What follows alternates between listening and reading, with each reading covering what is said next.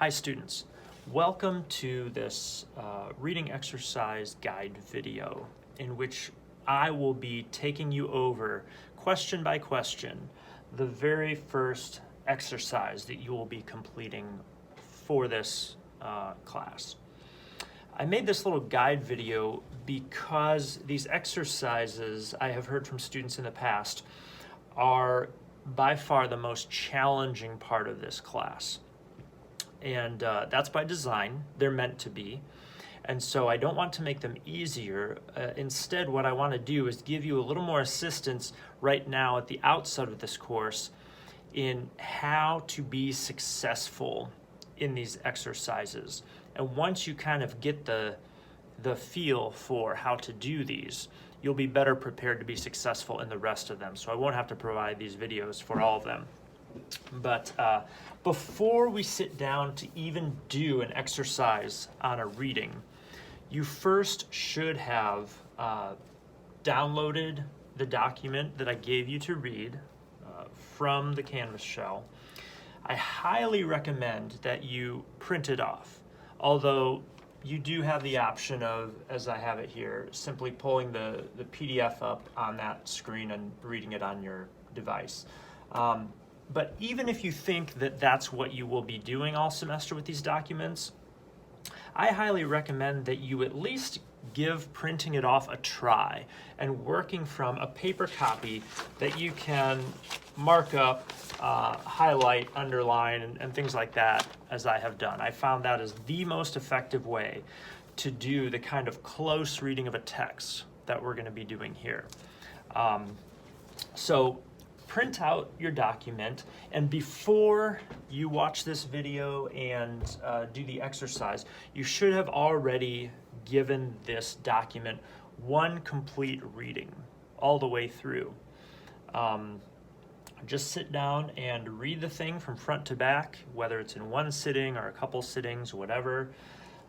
Read with a pen in your hand, but don't get too bogged down in note-taking and stuff. Just read and make a little star or an underline where you notice particular things, and but keep moving along in the document and read through it. I want to bring attention to the instructions that I gave you in reading this document. So I asked you to, as you read, think about, according to the author, what is it that historians do, right? And then also think about how we have this author writing about historical events. How does the author have that knowledge? How can the author know about these events that happened in the past? Where does that knowledge come from? So think about those two big questions as you read. If you've already done that, we'll continue. If not, pause this video now, or you can just close it down and come back to it later. But do a first reading. And in your discussion for this module, I'm going to ask you, first of all, for what your first impressions, your first takeaways from that reading were. But if you've already done that first reading, then we'll charge on ahead. So you've read the document, you've printed it out, read it, made a few underlines or highlights here and there to draw attention to things that you found were really important as you were reading along. And now we're going to sit down and answer some questions about the document. And these questions are designed for particular purposes. This is not a quiz. This is not to ask you some questions to see if you read the document or see if you were paying attention and read it well. I do not expect you to be able to answer most of these questions after just reading the document. I expect each of these questions, what I hope to accomplish with each of these questions, is to send you back into the document, to do a closer reading of it, to search out particular details, to ask new questions of this document that you weren't necessarily asking when you read it the first time through. So let's go question by question, and I'll show you a little bit more of what I mean by that. come over here. We'll start with, we're going to start with question 2. We'll come back to question 1. Question 2 is the first question about the document specifically. So, who is the author of Peasant Fires, the drummer of Nicolashausen, which is our document here? And why did the author write this book? All right, so as I told you, this is PDF is a copy out of a book. It's an opening chapter of a book. So I've asked you a question about who wrote this and why they wrote this book. Well, right away, under the title, you see a name, Richard Wunderlich. So presumably that is the author's name, right? But you'll see that when I ask you who wrote something, and whoops, I just selected one, but I can change it later.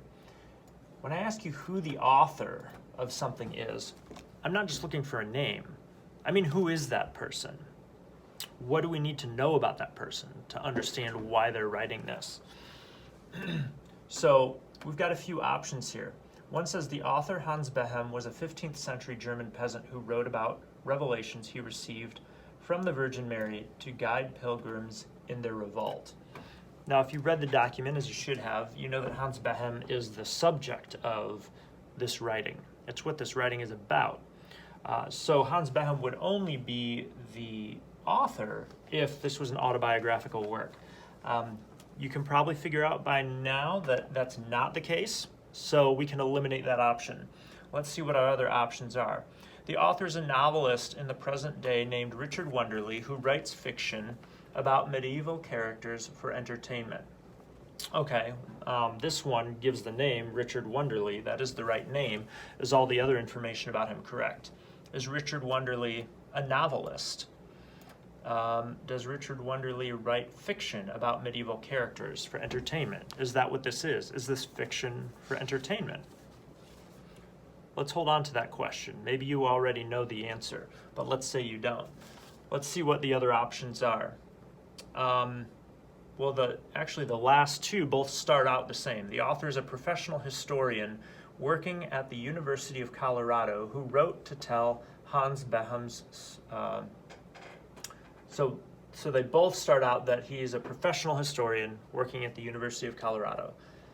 And then they each have some differing information after that. One says he wrote to tell Hans Behem's story, and by doing so, explore what it means to study and write history. And then the last option is professional historian, University of Colorado, and he wrote an objective historical account of Hans Behem's story, providing only the available facts. Okay? So think about these three different options we have. We know the name of the person, but it's asking for some more information. Explore the front page. We've got some publication info here from the inside cover that I've included. But hopefully when you read this over, you read it front to back, and you noticed, hopefully you did not skip over after the bibliography, this last page, where they've got a little bit here about Richard Wunderlich. So if you didn't notice that on your first reading, you're going back over this, you're looking for information about the author, you find this, and this is going to give you some more of the information you need to know. He's a professor of history at the University of Colorado, Colorado Springs, and the author of some other nice books. That's wonderful. Okay, so that kind of points us in the direction of these two here.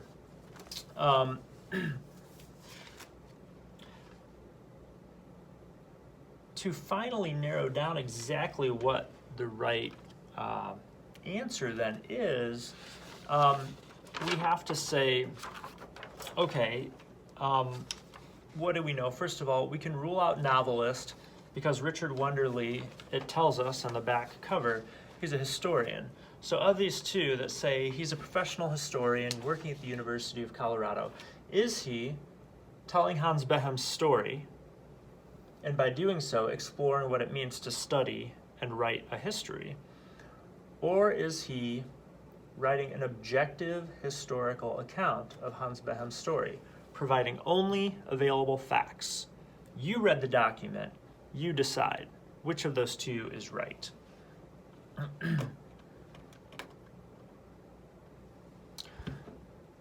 Question 3. According to Wonderly, our author, who and or what do historians interpret? This is an important question. Let's look at our options here. Well, right away I notice, this is one of those, all of the above are true. So that's always important to notice. Never want to click on the first answer that appears right, because this always may be a possibility. So our first option is historians interpret documents, by which he means primary source documents left by historical figures from the past. Okay, according to Wonderly, is that what historians interpret? Primary source documents left by historical figures from the past? From your reading of this, does that claim seem true to you? If so, hold on, let's see if that's the only true one or if we have an all of the above are true kind of scenario. Next one, historians interpret each other, by which he means the claims, interpretations, and biases of other historians as found in their written work, their secondary sources that historians write, and in conversation between colleagues. So in other words, historians interpret each other. Historians argue with each other. Okay. Let's look at number 3. Historians interpret themselves, by which he means that historians, as they study history, learn about their own material world that they live in and become more aware of how that world shapes their mental world of bias and perspective, developing a historical self-consciousness.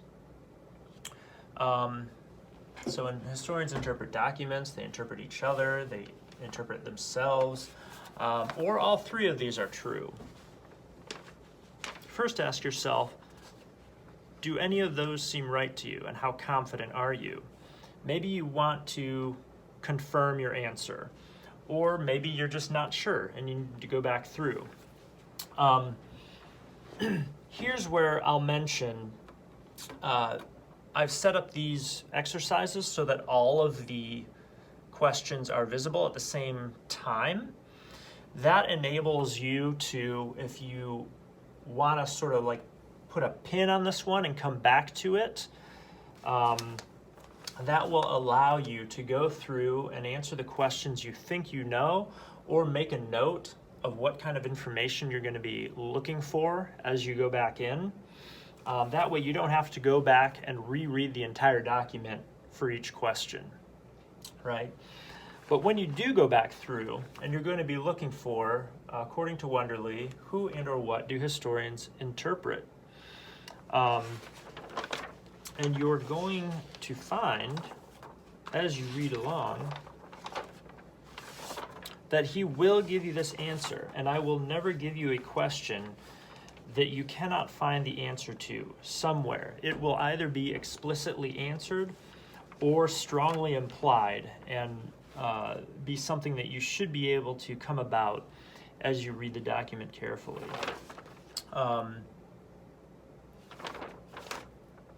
So I'll give you a clue for this one. Look to page 5. There should be a point on page 5 where it will pop out to you. He's talking about who and or what historians interpret here. And you'll find the answer there on page 5. So you can go back and look. You can pause this video at any point if you want to go back and try some of these. So what can you find on page 5 that will confirm for you, give you some real confidence as to what the answer here is? All right, I'll move on to question 4 now. What does Wonderly mean on page 4 when he says, quote, I made up most of that? This is a wonderful question because it's telling us exactly what part of the text it's referring to and what page it's on, so we can go back to page 4 and we find At the very beginning of the first full paragraph on that page, he starts out with the sentence, "I made up most of that." This may be a sentence that jumped out to some of you on your first reading. So ask yourself, what did he mean when he said that? You've got three different options here. He didn't find the story in the historical sources very interesting, so he changed a lot of the facts to make it entertaining. Is that what he did?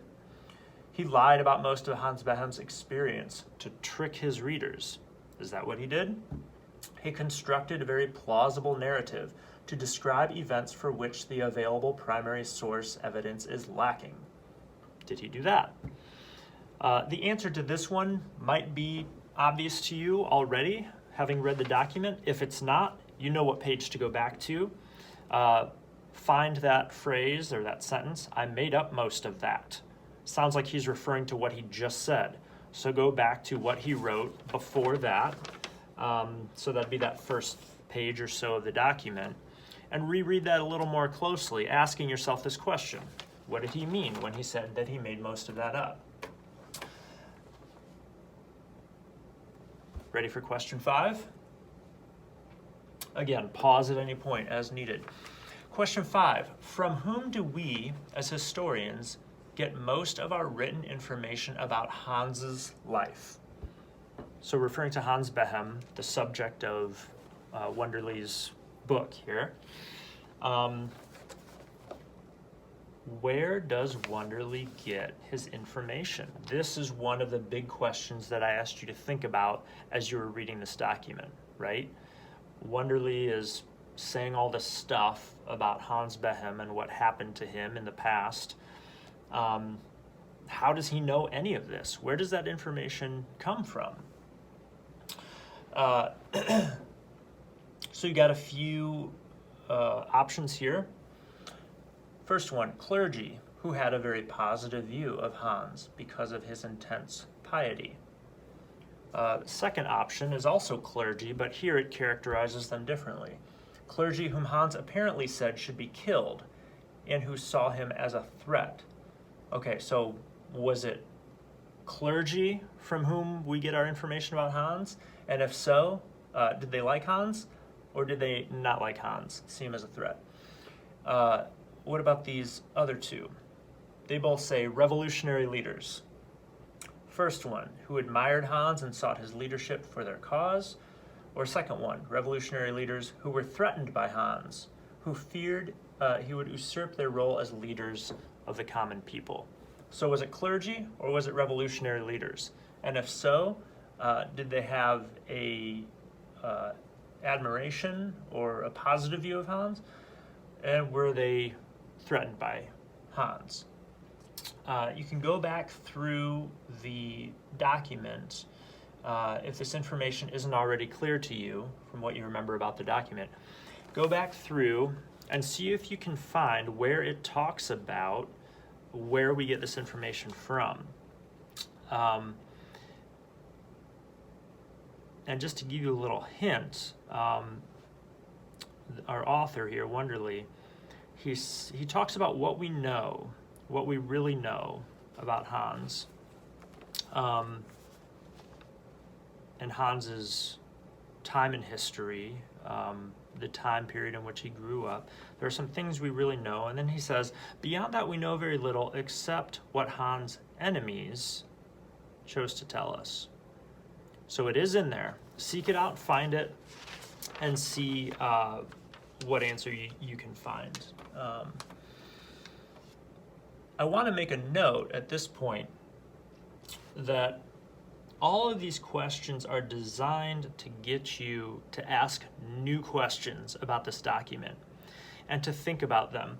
None of these questions are arbitrary. They're all extremely important. Let's think about this last one, right? Does it matter whether our sources about a person come from that person's enemies or from people who admired and liked that person? Does that make a difference in how we read it? If a source was extremely critical, let's say in this case, we find primary sources about Hans Behem. Okay, we have some information to go by. in discovering who this Hans Behem was, why he was important, right? But we have sources, and these sources are extremely, well, they offer some criticism of Hans Behem, right? If those sources were written by Hans's enemies, can we trust those criticisms? What if they were written by people who admired Hans? If we read some criticism from admirers, would we read that differently? Would we understand it differently? Yeah, I think we would. Let's look back at just some of the other questions. No, let's not. Let's move forward to the next one.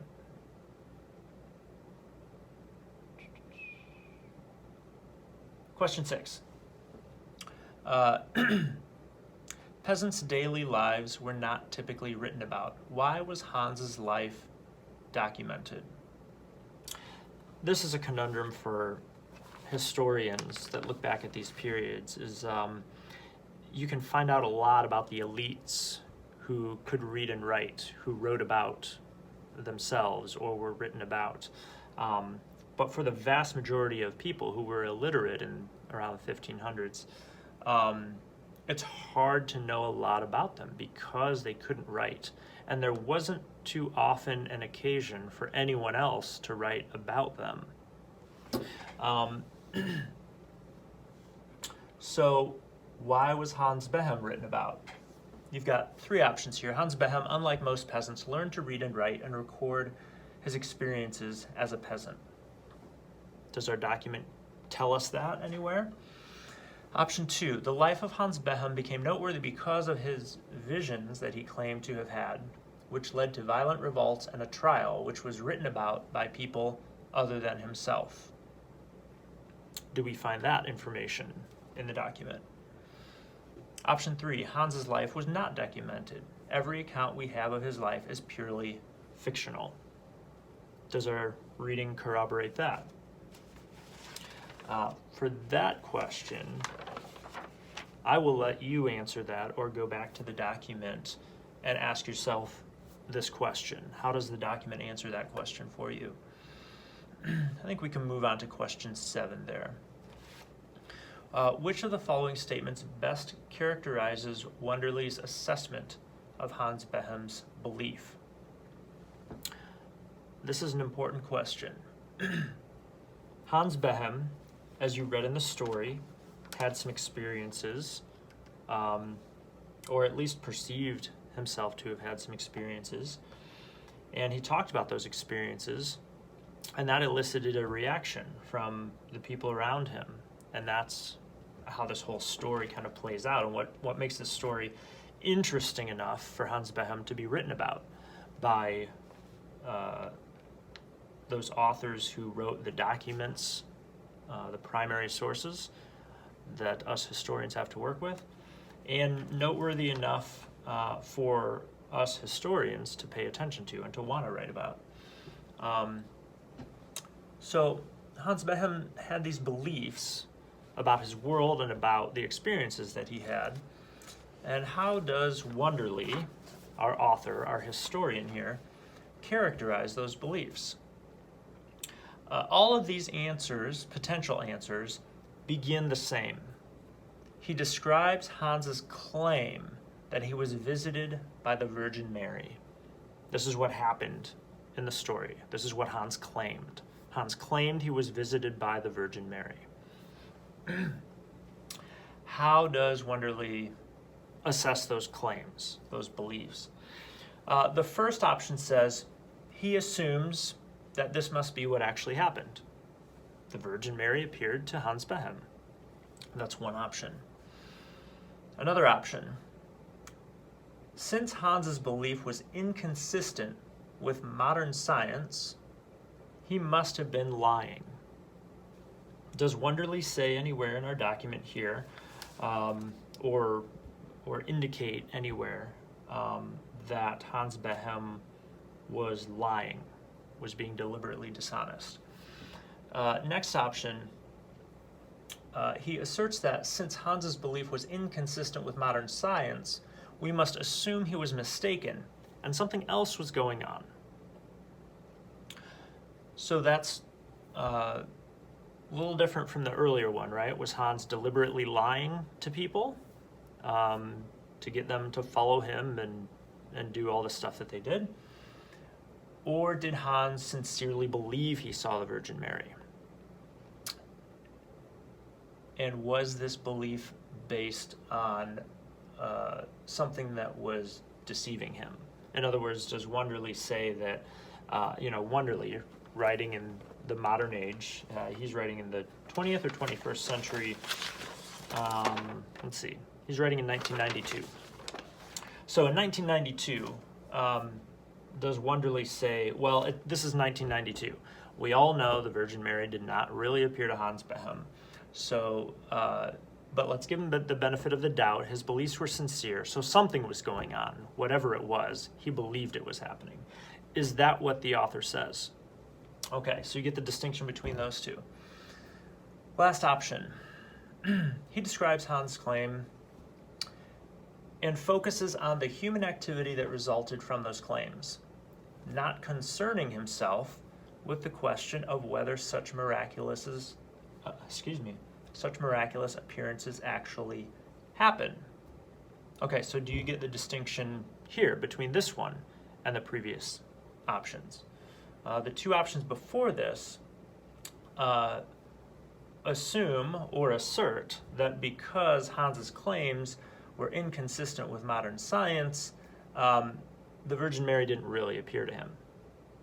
So we have to decide whether he was lying or just mistaken. This last one says that Wunderlich wasn't really worried about the question of whether or not miraculous appearances like this really happen. That simply wasn't the focus of his analysis, right? He focuses on the question of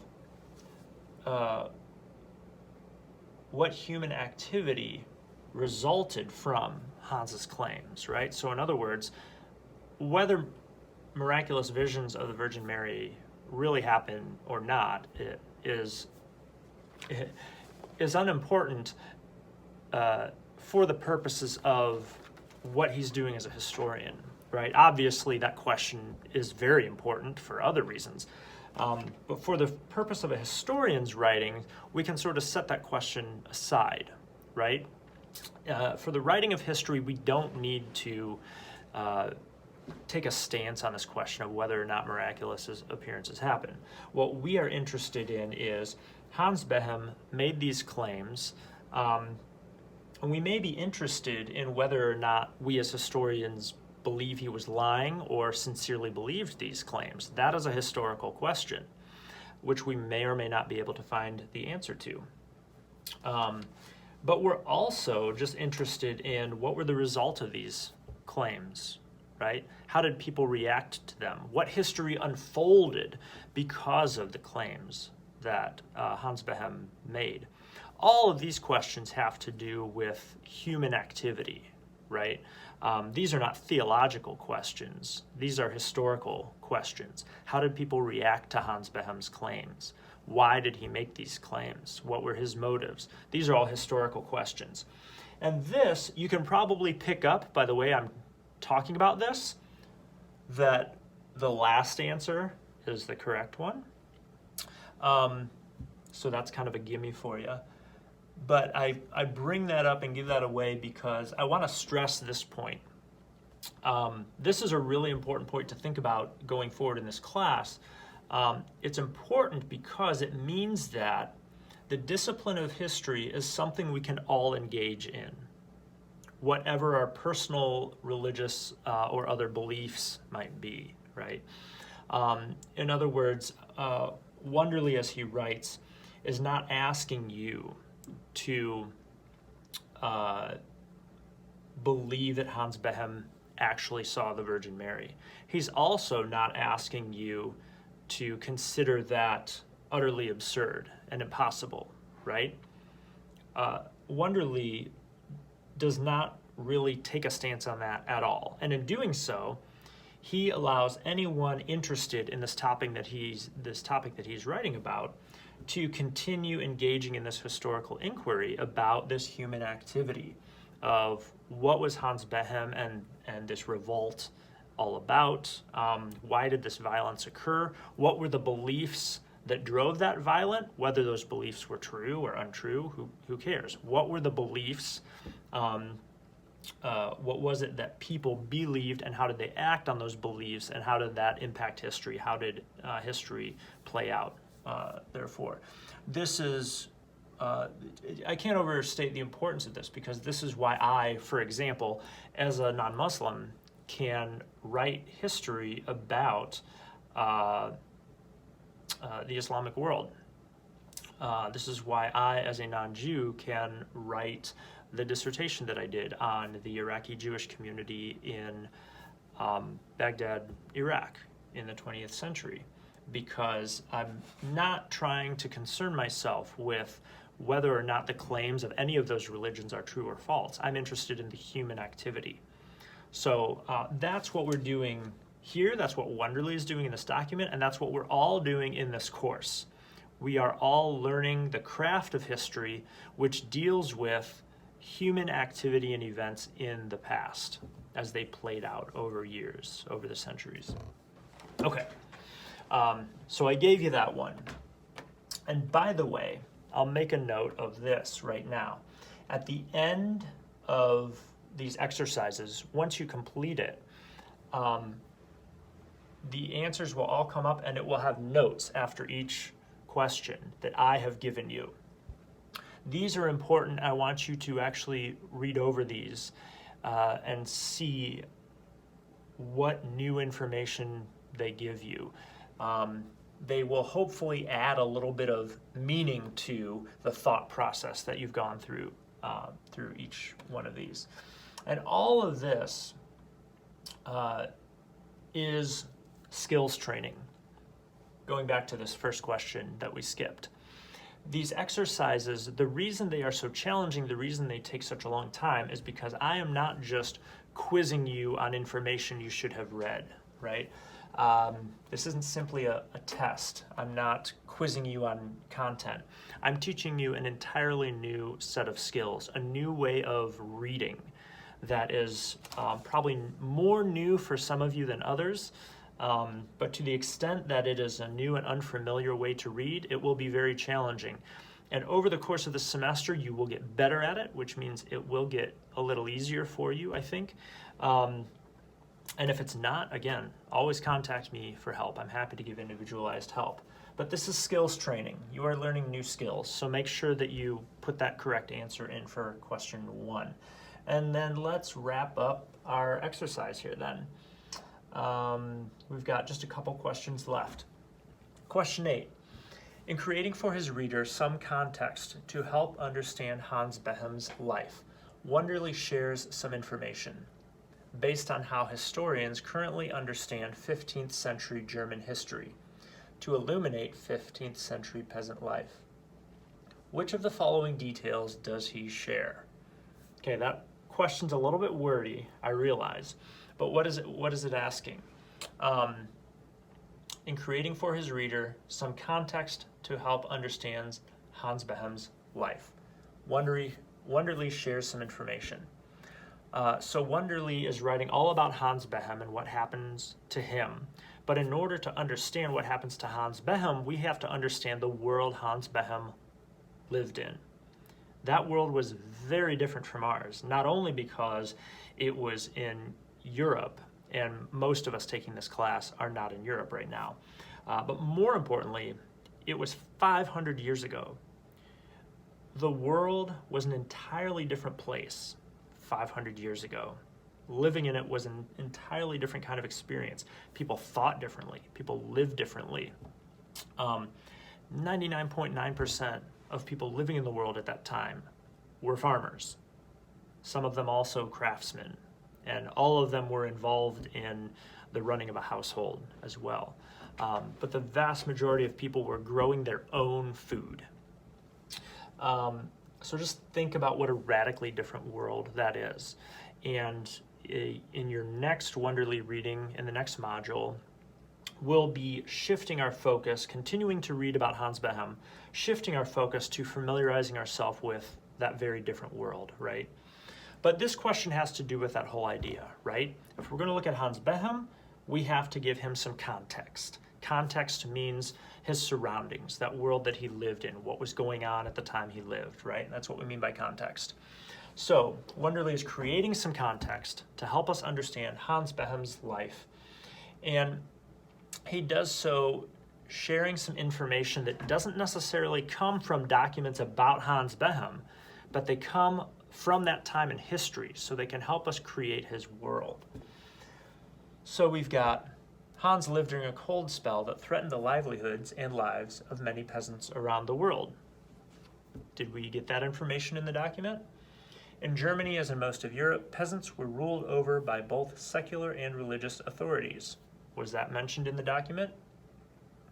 Deeply held religious and spiritual beliefs, including belief in miracles and divine judgment through natural disasters, were practically universal among both elites and commoners during this period. Did we find that in the document? There are three more. You can read all of these, and you'll notice another all of the above option at the bottom here. All of the above are described by Wonderly because they are currently accepted ideas among scholars about 15th century German society. So anytime we have this all of the above option, there's a strategy that we can use to find the right answer to this, or at least to determine if the correct answer is all of the above. And this is probably not news to you, but if you can be real confident that at least two of these are correct, then you can feel safe in going with the all of the above option, right? So read down this list, ask yourself, can I be satisfied with my level of confidence that at least two of these are right? If so, go with the all of the above. If not, then it can only be one of these. Then we have to figure out which one it is. So answering this question may require you to go back into the reading, read over it again with these specific questions in mind. And again, as I mentioned, you may want to begin by going through these and answering the questions you can, and then going back and making note of what information you need to look for as you go back through and do some closer reading of the document again. You may have to read back through parts of this document several times. You find the strategy that works for you, but expect to dive back into this document and finding these answers. And our last question, according to the reading exercise introduction video, which you are watching, how do the exercises in modules 1 and 2 differ from those in later modules? I gave you the answer to this earlier, but just to clarify, these two first exercises are called reading exercises, and they are over secondary sources. Beginning with Module 3 and for the rest of semester, they will be called primary source exercises. They'll work the same. It's the same kind of questions. It's designed to send you back into the text for a real close reading. But beginning with Unit 3, instead of doing that with something written by a historian, instead of doing it with a secondary source, we'll be doing it with primary sources, with documents from medieval China, documents from the Islamic world in the 19th century, right? Documents from historical periods. So those later exercises will cover primary sources. Your third option is your correct one there. But again, the skills that you're learning in these first two will carry over into those primary source exercises. So trying to think if I have anything else for you before I sign off. Please, this is my first semester including this instructional video, so if you have any feedback on these, please let me know. Was it helpful? Is there anything I can do different to make it more helpful? And any of that feedback would be welcomed. I highly encourage you to go back over, just double check your answers, make sure you've clicked the right one. You don't want to lose points for any simple mistakes once you've done all this hard work to think through what the right answers are. Once you have made your selections, submit the quiz. It's telling me I have unanswered questions, and I'll just tell it to continue anyway. But now it's going to give you the results of your quiz, and it will, there's no notes on the first one, but for most of these, it will give you these notes after each question. So, who is the author? Even if you've got the question right, please read over my notes. Then my notes will help call attention to what you learned by thinking through this process. Help you think through and notice what kind of things you will want to remember that will make your future inquiry a little more smoothly. It's helping you walk away from this exercise having learned those skills and being aware of what you're learning. So please do read over these. It will pay off, I believe, in future exercises.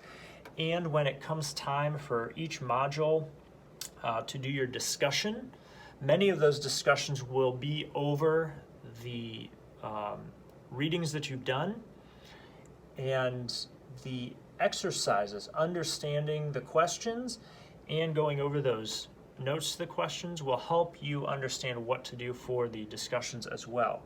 By the end of the semester, you will write and turn in an essay. You see my notes on the rest of these questions here. By the end of this semester, you will turn in an essay on one of these documents that we've read this semester. And if you have paid careful attention during these exercises and looked over my notes at the end of each, that will really help you be successful in your essay writing. In particular, whatever document you choose to write on at the end of the semester, I would highly, highly recommend that you go back to the primary source exercise from that specific document, read over what the questions and answers were, and read over my notes from that exercise. All of that will help you think through the analysis that you are going to write of that document. That's my video guide. I hope it's helpful. Again, please let me know, shoot me an email if you want, and just let me know if this was helpful and what, if anything, I could change to make it more helpful.